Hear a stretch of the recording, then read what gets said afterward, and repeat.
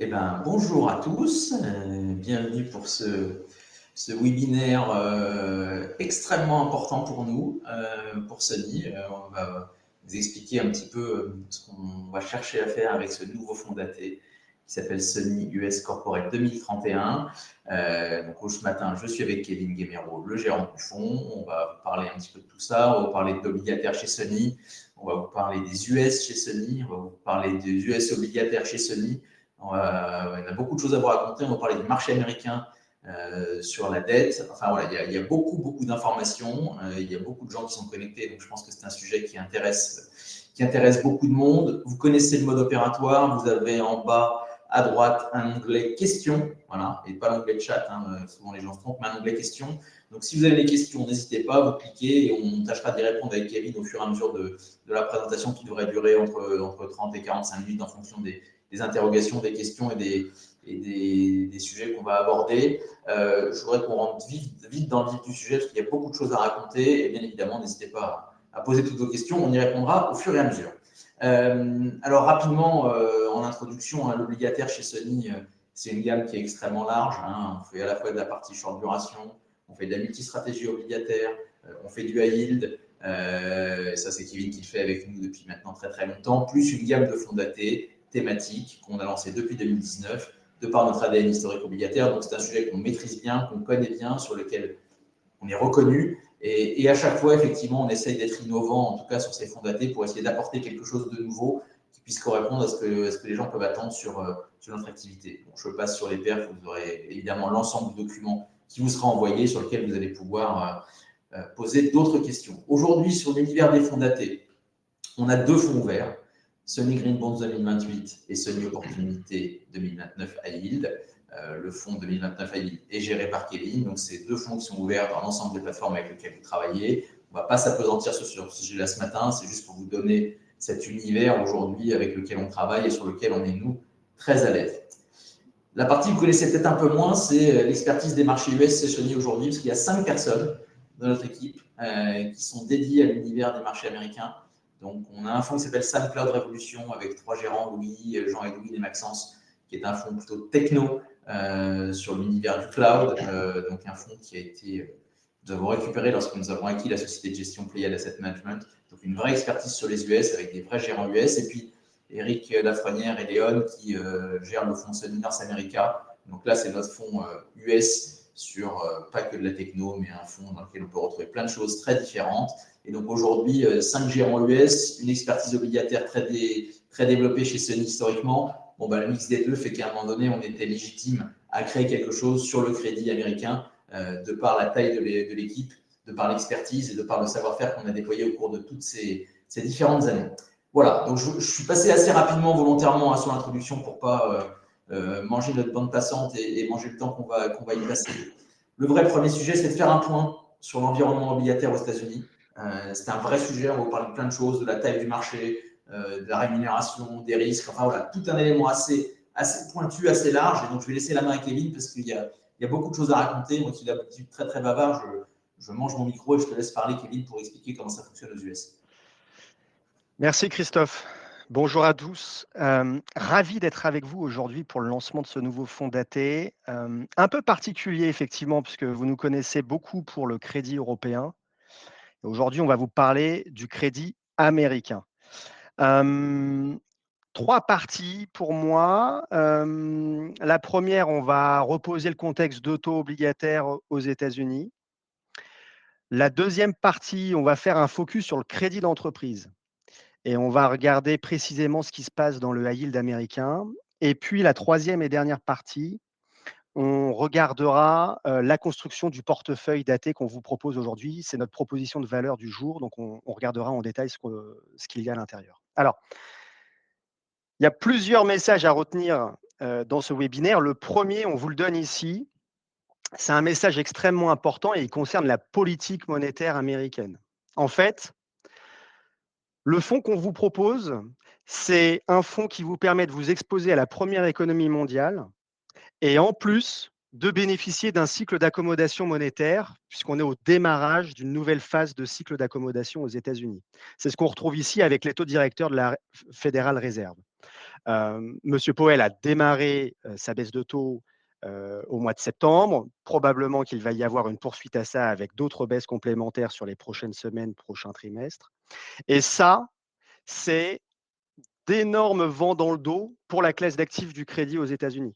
Il faut bien comprendre que lorsqu'on rentre dans un cycle d'accommodation monétaire, de détente des conditions financières finalement, eh bien, ça a un impact extrêmement positif sur la classe d'actifs du crédit. Et là, en l'occurrence, le crédit corporate aux États-Unis.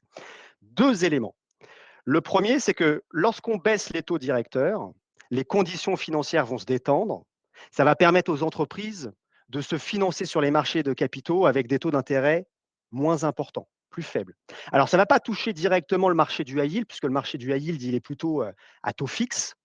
En revanche, ça va avoir un impact direct sur un marché parallèle au marché du high yield américain, qui est le marché des leverage loans.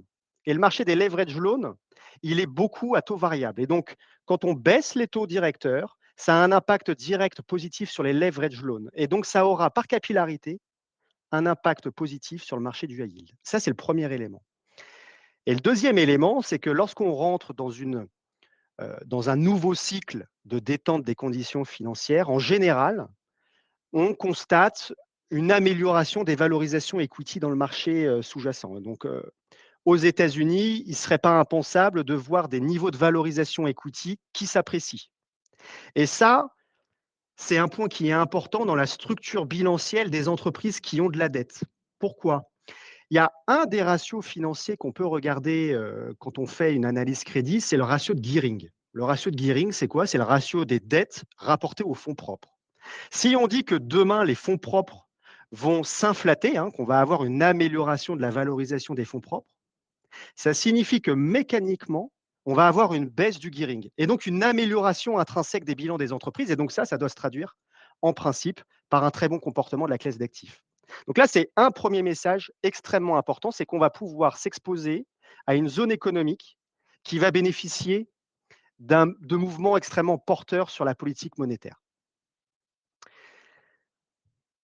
Ici, à titre d'information, on vous donne les niveaux de taux d'intérêt qu'on peut trouver sur le marché américain. Parce que le marché européen, probablement que vous l'avez bien en tête, le marché américain, on souhaitait quand même reposer le contexte. Vous avez l'évolution de la courbe américaine. En vert, c'est la courbe actuelle. En jaune, c'est la courbe en début d'année.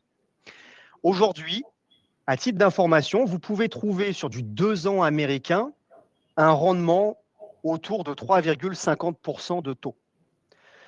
Sur du 10 ans, vous pouvez avoir quelque chose autour de 4% de rendement. C'est important de le mettre en avant ici parce que, par exemple, sur du 2 ans américain à 3,50, pour avoir un équivalent en Europe, par exemple, il faudrait se positionner plutôt sur du 10 ans français pour avoir un équivalent en taux par rapport à un 2 ans américain. Donc, ça vous donne un petit peu la notion de l'environnement de taux qu'on peut trouver aux États-Unis. Et d'ailleurs, on le voit bien avec le slide suivant sur le différentiel de taux. C'est ce que je vous explique, le différentiel de taux entre un emprunt 5 ans américain et un emprunt 5 ans allemand, c'est environ 1,40% de rémunération de spread. Ce 140 points de base, c'est depuis 2022 et la remontée des taux, on est globalement dans le ventre mou, parce que le range sur du 5 ans, c'est plutôt entre 110 et 200 points de base, donc à 140, on est dans le ventre mou. Mais quand on dézoome et qu'on regarde par exemple le différentiel de rendement sur cette échéance à 5 ans, sur par exemple 50 ans, ça peut être intéressant de regarder sur un historique plus long, on s'aperçoit que le différentiel de spread sur 50 ans, c'est plutôt 75 centimes. Donc inférieur au niveau qu'on a actuellement. Et puis, un autre élément important, c'est qu'on a quasi systématiquement un passage de la courbe américaine sous la courbe allemande quand il y a un gros choc de marché. Je pense notamment à un choc récessif, une récession dans le marché. Ça se traduit quasi systématiquement par une courbe américaine qui performe, qui marche très bien et qui passe d'ailleurs sous la courbe allemande. Et ça, on le verra tout à l'heure quand on parlera notamment des primes de risque et des spreads sur le marché du crédit à haut rendement aux États-Unis. La composante taux qu'on pourrait avoir dans un scénario extrême comme une récession, ça servira d'amortisseur finalement au comportement de la classe d'actifs du crédit. Alors, la deuxième partie, on va faire un focus sur le haut rendement américain, dans la mesure où c'est la première fois qu'on évoque ce sujet ensemble. On va prendre le temps de décortiquer cette matière. Parce que c'est un marché qui est plus gros que le marché européen, il est globalement 5 fois plus gros, et c'est un marché qui est plus complexe. On va le voir avec beaucoup d'entreprises qui sont dans la frange basse en échelle de rating. Alors, pour démarrer cette deuxième partie, on voulait démarrer par les perfs. En fait, l'année 2025, c'est une belle année pour le crédit, que ça soit le crédit américain, européen ou même asiatique. C'est un très bon cru 2025 et ça suit d'ailleurs 2023 et 2024 qui étaient déjà des très bonnes années. Aux États-Unis, sur du marché high yield, vous êtes aux environs de 7 de performance depuis le début de l'année. Ce 7 de performance, il s'est construit par 3 axes. Il y a eu le portage, effectivement, et on y reviendra tout à l'heure, c'est un élément marquant pour notre fonds daté, c'est que le portage, il est attractif, toujours, c'est toujours valable aux États-Unis. Il y a eu une bonne perf de la composante taux, on l'a vu avec l'évolution de la courbe américaine qui est plus basse par rapport au début d'année. Et puis, le troisième élément, c'est qu'on a eu des spreads qui ont aidé la classe d'actifs, on a eu finalement une compression des spreads. Alors, sur ce dernier point, et c'est le slide suivant, les spreads aujourd'hui, effectivement, il n'y a plus de marge pour une compression supplémentaire. On en est bien conscient, on lance ce fonds dans un environnement de prime de risque qui est extrêmement serré. Le graphique que vous avez à droite, ça vous dit finalement qu'on est dans les 10% les plus serrés en historique sur les marges de crédit actuellement. On en a bien conscience. Simplement, ce qu'on dit, c'est il n'y a pas que ce moteur de spread qu'il convient d'avoir en tête. Et quand je vous parlais d'éléments récessifs tout à l'heure, vous l'avez ici sur le graphique de gauche. Les barres grises, ce sont les événements récessifs qu'on a pu connaître aux États-Unis. Systématiquement, ça s'est traduit par des niveaux de spread qui passaient. Donc là, disons qu'on est autour de 300 points de base. On peut voir tout à fait un 800 points de base dans un événement récessif. Donc 500 points de base, c'est beaucoup. Mais ce sera amorti partiellement par la baisse des taux en parallèle. Donc, voilà, aujourd'hui, on ne vous vend pas du rêve sur les spreads de crédit. On en a bien conscience. On peut se recaler 30, 50, 70 centimes parce que peut-être on a fait quelques excès, mais ce serait tout à fait digérable par le marché du crédit actuellement. Donc, ce serait un non-event à la limite. Le gros risque sur les spreads, c'est si on a un signe noir ou une catastrophe macroéconomique. Et là, effectivement, on verrait des spreads plus élevés qui seraient contrebalancés en quelque sorte par un effet taux qui performerait pour une partie. Juste pour un point de repère, si effectivement on avait cet élément récessif, ce serait impactant évidemment pour le marché du crédit, mais ce serait impactant pour l'ensemble des marchés. Inutile d'imaginer ce qui se passerait sur le marché des actions ou sur d'autres types d'actifs. Donc c'est un élément important, alors que là, bien évidemment, comme le dit Kevin très bien, le vrai intérêt sur un fonds comme celui-ci, c'est que cet écartement de spread, s'il peut avoir lieu, il va être compensé bien évidemment par un environnement de taux à la fois de ce que rémunèrent les papiers que l'on va acheter, mais également de baisse des taux directeurs qui va faire augmenter la valeur. Donc, on ne sera pas dans le même cas qu'un environnement action sur lequel, effectivement, ce sera bien plus violent en termes de valorisation et en termes de baisse. Absolument. Alors, pourquoi on lance ce fonds daté aujourd'hui? Bon, alors il y a effectivement l'histoire des équipes américaines qui nous ont rejointes et donc finalement la légitimité que l'on a à travailler cette zone économique. Et puis, si on se raccroche au marché du crédit, on a toujours du portage. C'est toujours intéressant d'intégrer la classe d'actifs du crédit dans les allocations pour vos clients parce qu'on a du taux. Ici, aux États-Unis, à gauche, on voit que même en taux réel, c'est-à-dire le taux de rendement nominal retraité de l'inflation, eh bien, on a des taux qui restent encore sexy. On peut trouver du 4% en taux réel. C'est positif. Et au regard de ce que l'on peut avoir sur d'autres classes d'actifs, on pense que le crédit a encore toute sa place. Et donc, cette notion de portage, quand on la décompose par classe de rating, si tu pouvais revenir, Christophe, s'il te plaît, juste le slide à droite qui représente le taux de rendement que l'on peut trouver par compartiment de rating. Alors effectivement, le triple C, on peut attraper 2 chiffres en termes de rendement, mais ce n'est pas vraiment l'endroit où on a envie de s'exposer aujourd'hui dans le fonds daté. Ce qu'on a envie de faire aujourd'hui et là où on pense qu'il y a le meilleur couple rendement-risque, c'est sur la courbe noire. C'est en fait sur le double B et on va le voir là dans les prochains slides.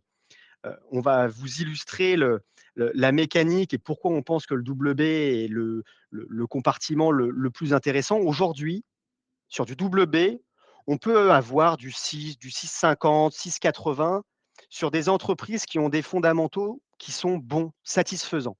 Et on estime que le différentiel entre la courbe noire et la courbe grise qui représente les taux simple B, elle n'est pas suffisamment importante aujourd'hui pour aller descendre en qualité de crédit. Donc voilà, on préfère rester sur du double B, on a du portage et c'est vraiment l'élément mis en plus en adéquation d'une politique monétaire qui va probablement s'accommoder sur les prochains trimestres. Ce sont les 2 éléments qui nous invitent aujourd'hui à être plutôt confiants pour vous proposer ce type de véhicule à vos clients.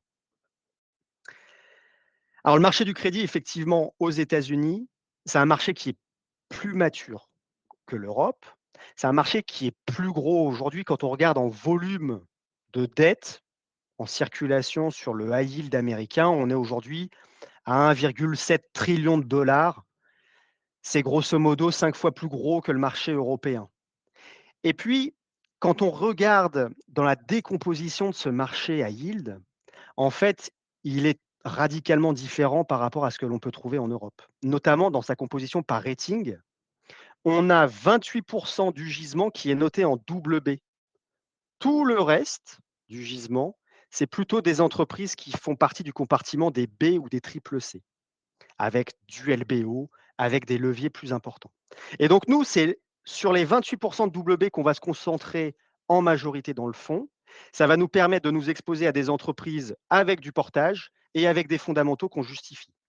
Un message quand même sur le graphique de gauche, la partie en bleu, c'est les leverage loans qu'on indiquait en préambule, qui sont à taux variable, qui est un marché euh, cousin germain finalement du high yield aux États-Unis, hein. C'est vraiment 2 marchés distincts qui font d'ailleurs quasiment la même taille.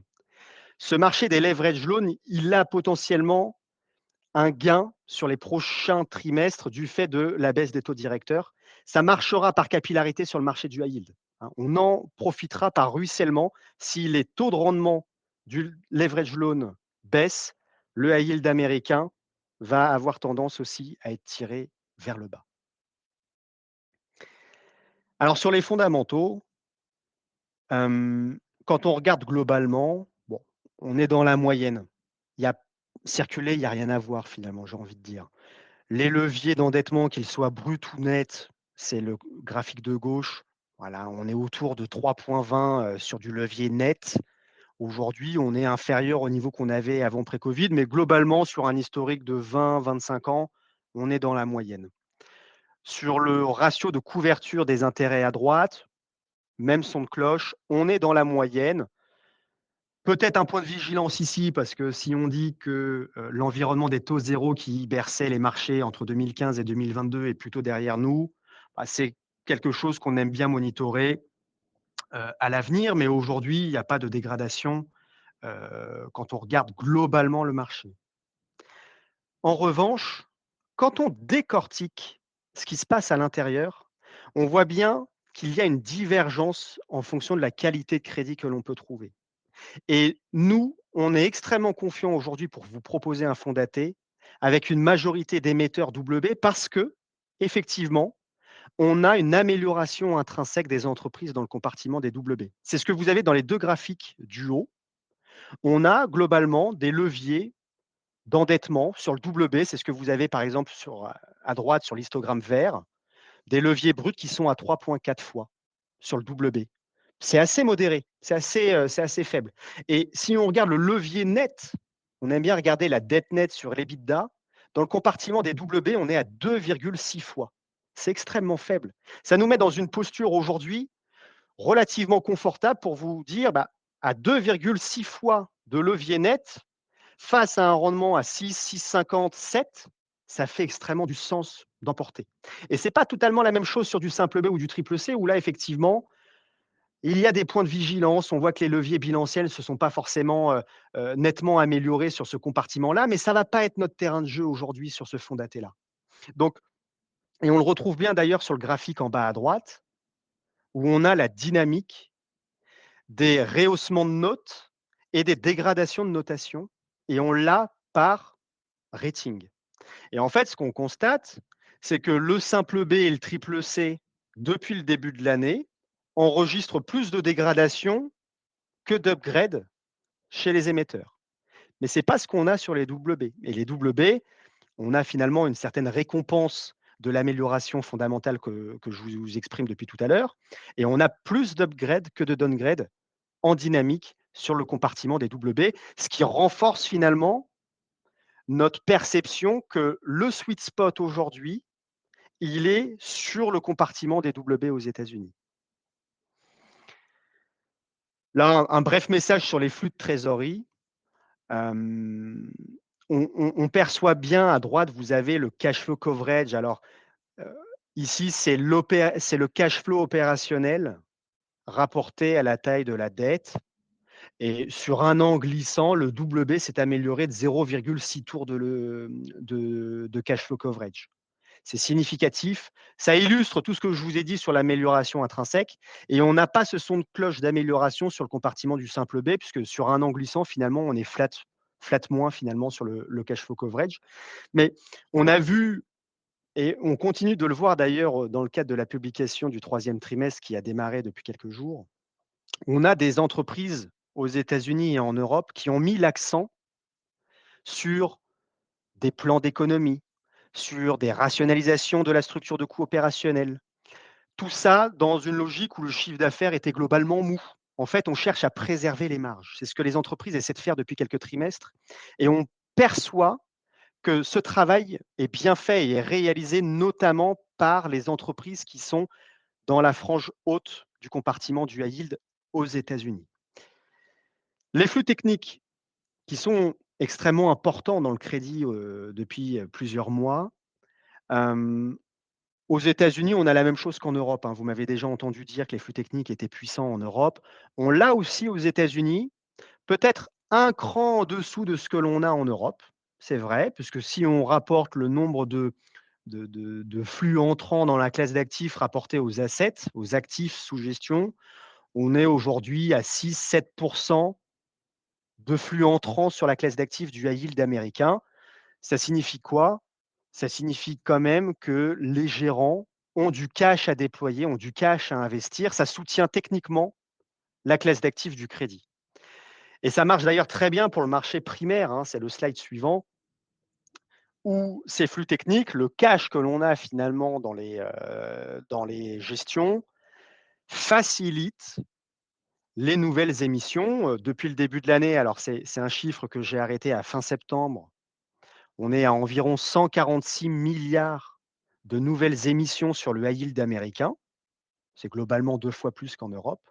Sur ces 146 milliards, on a la moitié qui correspond à des émetteurs double B qui en profitent. Et donc ça, c'est bon pour notre véhicule 2031 parce qu'on va pouvoir replacer du papier frais sur du compartiment double B qu'on apprécie avec une échéance qui gravite autour du 2031. Donc ça, c'est très positif pour notre fonds daté. Et puis, on voit un certain assainissement finalement, peut-être d'ailleurs un peu imposé dans les entreprises, c'est-à-dire que 72% des émissions, c'est pas c'est plutôt pour faire du refinancement de dette, hein. C'est pas pour développer du CAPEX ou du M&A ou pour financer des LBO, non. La part des LBO est en retrait puisque aujourd'hui effectivement, bien que le marché ait du cash à déployer, on reste vigilant et les investisseurs restent sélectifs quand même dans le choix des dossiers. Et ça se traduit quand même sur le primaire où les LBO représentent 13% des nouvelles émissions en 2025, alors que c'était 2 fois plus avant 2022. Donc ça traduit bien quand même aussi, et c'est intéressant, et c'est assez sain d'ailleurs, je dirais, d'avoir des gérants qui ne cherchent pas à acheter, tout le compartiment du high yield américain. On est sélectif, on met des primes de risque quand il y a du risque intrinsèque qui est justifié, et c'est assez sain finalement pour la bonne gestion et la phase de cycle dans laquelle on se trouve sur le crédit US. Alors sur les défauts, oui, hem, on est obligé de passer par la case des taux de défaut, parce que si je vous dis que les 3/4 du gisement, c'est plutôt des entreprises notées B ou triple C, ce qui est différent de ce que l'on peut trouver en Europe, eh bien, on le retrouve dans les taux de défaut. Aujourd'hui, effectivement, Il y a plus de défauts aux États-Unis sur le high yield. Oui, ça c'est un fait, c'est 2 à 3 fois plus qu'en Europe. Mais en fait, ce qu'il faut comprendre, c'est qu'il y a des gros biais sectoriels et il y a des gros biais de qualité de crédit dans ce gisement du high yield américain. Typiquement, si vous prenez le secteur, du packaging, c'est ce que vous avez à droite, ou le secteur de la chimie, ou le secteur, par exemple, automobile, 20 à 30 des entreprises qui ont de la dette à yield dans le marché, ce sont des entreprises qui sont notées B3 ou moins. C'est la partie la plus basse du rating. Donc, il va nous, notre fonds, il va pas s'intéresser à ça. Nous, notre fonds, on va pas faire du B3, on va pas aller chercher ces entreprises qui sont, potentiellement en difficulté dans les 12, 24, 36 prochains mois. Non, nous, on va pas faire ça. Nous, on va aller faire la partie haute, la frange haute en termes de qualité de crédit et on va aller le faire parce qu'on est payé à 6,50 pour ça. Donc les taux de défaut, effectivement, ils sont plus importants, mais on ne devrait pas avoir ce même taux de défaut dans le portefeuille puisque la part des simples B va être réduite dans notre construction de portefeuille. Alors justement, la construction du portefeuille, on y vient, c'est ma troisième et dernière partie. Donc c'est en préambule, ce qu'il faut dire, c'est que c'est un fonds qui est en construction, hein, qu'on vient de lancer, donc il n'est pas totalement investi sur les sous-jacents qu'on va vous présenter ici. Mais disons qu'on a construit une colonne vertébrale et on va tendre vers ce positionnement anticipé du portefeuille, en tout cas ce vers quoi on a envie de s'exposer. Alors, la photographie de ce portefeuille, elle affiche un rendement actuariel embarqué de 6,70% aujourd'hui. Ce 6,70%, c'est le taux de rendement qu'on va figer, qu'on va cristalliser aujourd'hui dans le fonds daté, avec une notation moyenne double B. Et on va travailler ce segment-là en étant plus granulaire qu'à l'accoutumée. C'est-à-dire qu'en Europe, on a en général entre 70 et 90 lignes en portefeuille. Ici, on va chercher à être plus granulaire, on va avoir un minima 100 lignes en portefeuille.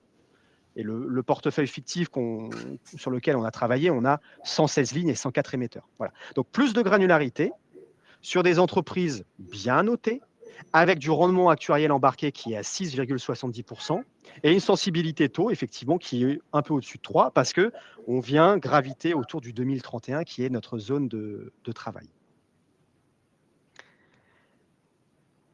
Quelques éléments de ventilation alors géographique, bah, l'essence même du fonds, c'est de s'intéresser à des entreprises américaines. Donc, on va avoir une grosse quote-part sur les entreprises de la première économie mondiale. On va avoir aussi des entreprises qui sont en Europe et qui ont de la dette en dollars. Et ça, on va pouvoir également les mettre en portefeuille. Donc, ça va nous apporter aussi un peu d'équilibre en termes de dynamique géographique. La répartition sectorielle, elle est importante et intéressante à notre sens, puisqu'on va avoir une grosse quote-part sur l'énergie, parce qu'il y a un biais naturel aux États-Unis. Le gisement énergétique est un secteur très représenté dans la cartographie du high yield. Et puis, on va faire de la consommation, qu'elle soit cyclique ou non cyclique. D'ailleurs, on voit que le consommateur américain, je fais une parenthèse, on voit les chiffres, le consommateur américain continue d'être sur une dynamique qui est positive. Donc, on va essayer, nous, d'en tirer profit en prenant des sous-jacents crédits exposés à ces secteurs-là. Et puis, on va avoir des financières et on va avoir des industries. La répartition par maturité, bah, on va graviter autour du 2031. Alors, on va avoir des échéances un peu avant, un peu après, mais globalement, on va avoir des premières dates de remboursement qui vont être en 2031. Et puis, la répartition par rating, pour finir sur ce slide, on va avoir quasiment 60% du fonds qui va être exposé sur du double B. On va avoir un peu d'investment grade, et puis on va avoir 27% de simple B. Mais dans ces 27% de simple B, il faut noter qu'on va avoir uniquement 4% du fonds qui va être exposé sur la frange basse, c'est-à-dire B3, B- ou triple C. C'est un niveau qui est relativement faible au regard de ce que l'on a pu se dire sur la construction du high yield aux États-Unis aujourd'hui. On va être largement sous-exposé à ce compartiment de marché. Quelques exemples sur ce portefeuille en création. Alors ici, on a voulu vous prendre encore Encore Group, qui est une entreprise intéressante parce qu'elle a de la dette aux États-Unis, mais elle a aussi de la dette en Europe.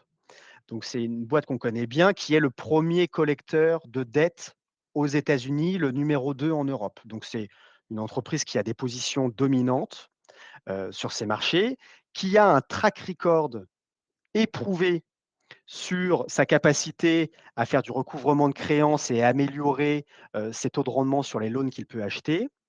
Et puis, c'est une entreprise qui aujourd'hui offre du 7 de rendement sur le marché, hein, 7,17 à hier pour un rating, Ba3 BB+, et qui a intrinsèquement, pas de dette avant 2028 et un levier à 2,6 fois.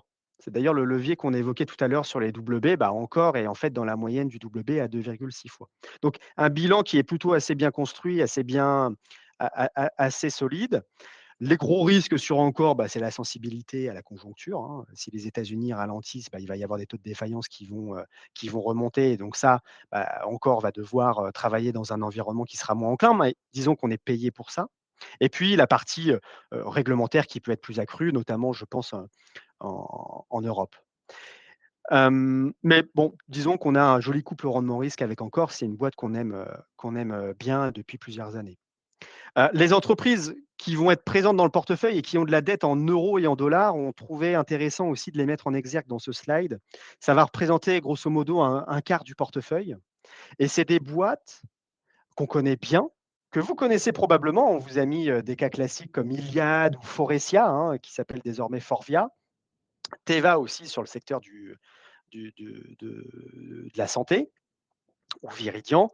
Et donc là, on va pouvoir s'exposer à des entreprises sur lesquelles on a de la data, sur lesquelles on a quand même un historique depuis quelques années. Et on va aller prendre ce pick-up de rémunération en allant s'intéresser à la dette américaine par rapport à la dette européenne qu'on a par ailleurs. Alors le process de sélection des titres, effectivement, euh, bon, déjà, ce fonds-là, on le lance maintenant parce qu'on a des équipes en interne qui travaillent le marché américain. Donc, ça donne du lien, si vous voulez, à la construction de portefeuille et à notre connaissance du marché. Ça, Christophe l'a très bien dit tout à l'heure. Et donc, on s'étoffe finalement sur la partie humaine. Et derrière, nous, notre processus de sélection des titres, il est assez simple et il découle de tout ce que j'ai pu vous dire finalement depuis tout à l'heure. C'est que on va aller faire plutôt du double B. Hein, on va avoir une exposition qui va être inférieure à 30 sur la partie basse du high yield. On va chercher à être granulaire dans le portefeuille.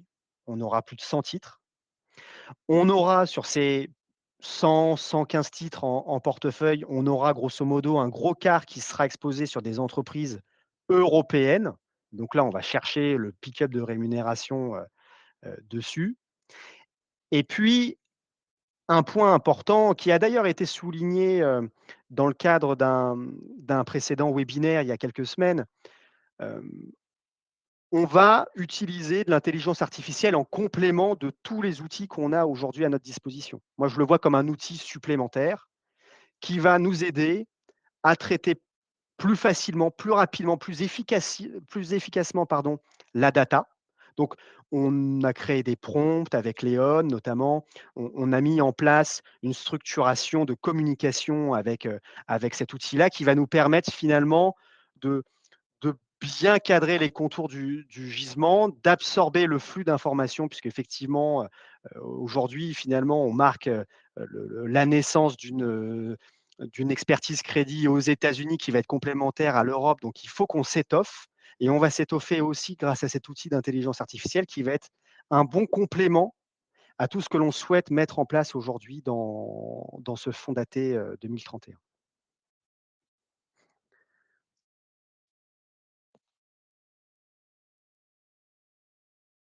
Alors, les 2-3 prochains slides et puis j'en terminerai après comme ça on tiendra le timing Christophe. Hem, Ici, en fait, on cherche à déformer le fond par rapport à des défauts qu'on pourrait subir et par rapport à l'effet devise et j'y reviendrai dans quelques secondes. Sur le premier point, sur les défauts, ici, on va choquer le portefeuille en intégrant les taux de défaut de marché actuels aux États-Unis, c'est-à-dire 6, et on prend une recovery sur ces défauts qu'on va enregistrer. Et là, aujourd'hui, on a pris une hypothèse à 37. Bon, 37, c'est la borne basse des dernières années. Spot, on est un peu plus haut, on est à 45, mais on a voulu, pour l'exercice, déformer et vous donner vraiment un scénario très pessimiste sur les taux de défaut. Et en fait, chaque année, eh bien, le fonds se choque de 6 de défaut avec une recovery à 37. Donc un loss given default de 63. Et on regarde ce que ça donne à l'échéance du produit en 2031. Ce qu'il faut retenir, c'est un, si on se prend les taux de défaut du marché, alors qu'on a, comme vous l'avez compris, une grosse exposition sur le double B et qu'on a une expo limitée à moins de 4 sur les simples B, moins. Mais si on a ça, ces taux de défaut, grosso modo, ça impliquerait qu'on ait un tiers du portefeuille qui parte à la casse. Mais si on a un tiers du portefeuille, on a toujours cette logique de portage qui nous protégerait et qui permettrait quand même de sortir une valeur liquidative nette qui sera positive. Alors, c'est un manque à gagner, hein, c'est pas ce qu'on cherche, mais c'est simplement pour vous illustrer que normalement, sur les taux de défaut, on ne devrait pas perdre de l'argent à l'échéance parce qu'on a du portage qui va faire le coussin et qui va nous permettre d'absorber ces éventuels chocs de risque spécifiques. Ça, c'est pour la partie défaut. Hem, on a un deuxième élément, c'est sur la partie devise. Puisqu'en fait, aujourd'hui, on essaie d'être innovant avec ce fonds daté en vous proposant une exposition au crédit américain, mais sans le couvrir du risque de change. Parce qu'on estime qu'aujourd'hui, Hem, après, l'offre abondante qu'on a pu avoir sur les fonds datés en Europe, ça peut faire du sens d'avoir une brique de diversification sur ces éléments de fonds datés et donc on trouvait ça pertinent de vous proposer un véhicule qui puisse également avoir cette diversification en USD. Donc on ne sera pas couvert du risque de change, mais ça va vous permettre éventuellement, si le dollar s'apprécie, eh bien d'avoir des accélérateurs de performance dans le fonds. Alors, la balance entre l'appréciation et la dépréciation du dollar, aujourd'hui, elle est extrêmement compliquée à décrire. Globalement, on est balanced, on est assez équilibré finalement sur l'appréciation ou la dépréciation. Il y a des forces qui jouent des deux côtés. Aujourd'hui, on est à 1,16, 1,17. On ne donne pas de position sur où sera la parité dans 3 mois, dans 1 an, dans 6 ans. Je n'en sais rien. C'est pas ça l'objet ici. L'objet, c'est de dire, utilisez ce véhicule pour diversifier vos allocations et pour prendre cette brique dollar qui à 1,16, 1,17 peut-être peut faire du sens, dans une logique, où, on reste quand même exposé sur la première économie mondiale et qu'on a un différentiel de taux favorable. Alors certes, il y a de la dédollarisation pardon, qui s'intègre, dans cette logique, mais globalement, est-ce qu'on n'est pas déjà, à mi-chemin sur le couteau qui tombe sur la parité et sur la dévaluation du dollar? Voilà. On ne donne pas d'avis, ce qu'on dit, c'est qu'aujourd'hui, il y a des forces qui jouent des 2 côtés et que ça reste quand même un véhicule intéressant pour diversifier vos sources d'exposition pour vos clients. Alors on a quand même cherché, à voir quels pouvaient être les impacts finalement sur cette devise avec plusieurs scénarios qui sont des scénarios théoriques, hein, parce que, la parité, euro-dollar, elle est jamais linéaire. Mais on a quand même cherché à vous donner des éléments, des indications de ce que pourrait donner la valeur liquidative du fonds en fonction de l'évolution de la parité euro-dollar. Et donc on vous a fait plusieurs scénarios. Je vais pas tout décrire, vous allez avoir la présentation, donc vous pourrez regarder, mais globalement 2 choses. Si le dollar s'apprécie et passe par exemple à 1,05. On y était en début d'année, hein, mais si à horizon 2031, la parité va à 1,05, vous allez avoir un complément de rémunération lié à l'appréciation du dollar et vous allez améliorer votre rendement net du portefeuille. Ici, avec une appréciation du dollar, hein, vous tombez à 1,05 par rapport au niveau spot du jour et vous feriez 7 net en termes de performance. Et puis, si vraiment il y a une dévaluation très forte qui est structurelle et qui va nous amener sur des niveaux, par exemple, à 1,40, parité euro-dollar 1,40, c'est beaucoup, mais bon, on l'a déjà vu, on peut y aller, voilà. Mais à 1,40 à fin 2031, vous feriez quand même un rendement net annuel qui est positif. Ça nous met quand même dans une situation où On a la brique diversification et puis on peut accepter des chocs de dépréciation de la devise dollar par rapport à l'euro et ça nous permettrait quand même d'emmagasiner un peu de richesse. Il y aurait un manque à gagner, certes. Là, c'est des chocs qui sont importants, hein. On prend là un 40, on prend une dévaluation du dollar de 20%, mais vous feriez quand même une performance nette positive. Voilà. Bon, Ouais, je te laisse finir. C'est sur le écoute, slide récapitulatif de l'intérêt.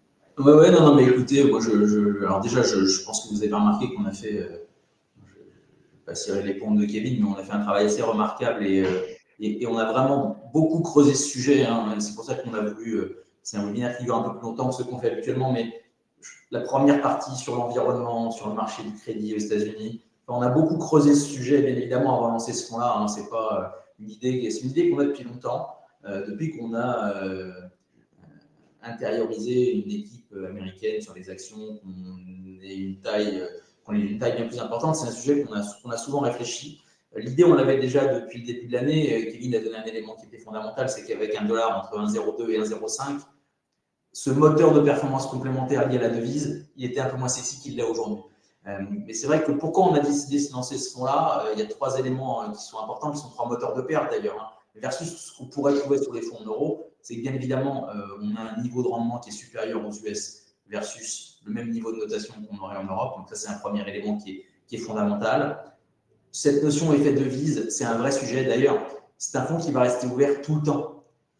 Parce qu'on a eu beaucoup de questions, on a eu beaucoup d'interrogations sur finalement comment je peux jouer la partie devise, comment je peux jouer le dollar sans m'exposer forcément au marché action et à la volatilité du marché action qui va avec. Et là, il me semblait que c'était une bonne idée pour s'exposer à la devise. On l'a vu tout à l'heure, hein, qu'est-ce que sera le dollar en 2031? Honnêtement, ni Kevin, ni moi, ni d'ailleurs personne ne sait exactement ce qui va se passer. En revanche, si on passe de 1,18 à 1,05, tout de suite, ça fait un moteur de performance qui est extrêmement puissant. Et ça veut dire que les gens peuvent rentrer et sortir sur ce fonds. Il y a une liquidité quotidienne, on en fait ce qu'on en veut. Mais ce moteur de devise, il est extrêmement puissant. Et puis, il y a un troisième moteur qui est lié à l'univers obligataire au sens large, qui est la baisse des taux.